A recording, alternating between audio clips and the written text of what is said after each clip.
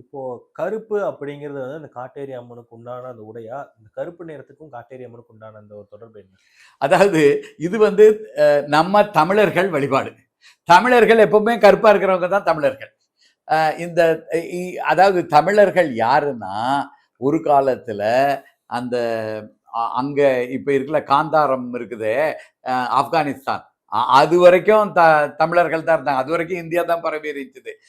காந்தாரம் இங்க இங்க எங்க தென்குமரி இதுல இருந்து அங்க காந்தாரம் வரைக்கும் தமிழ்நாட்டா தான் இருந்தது. இது எதுல இருந்து தெரியுதுன்னா, சிந்து சமவெளி எழுத்துக்கள்லாம் 4500 5000 ஆண்டுகளுக்கு முன்னால் உள்ள எழுத்துக்கள் எல்லாம் பாத்தீங்கன்னா, உலகத்தில் உள்ள எந்த எழுத்துக்கள் மூலமா கூடவும் ஒத்து போகல.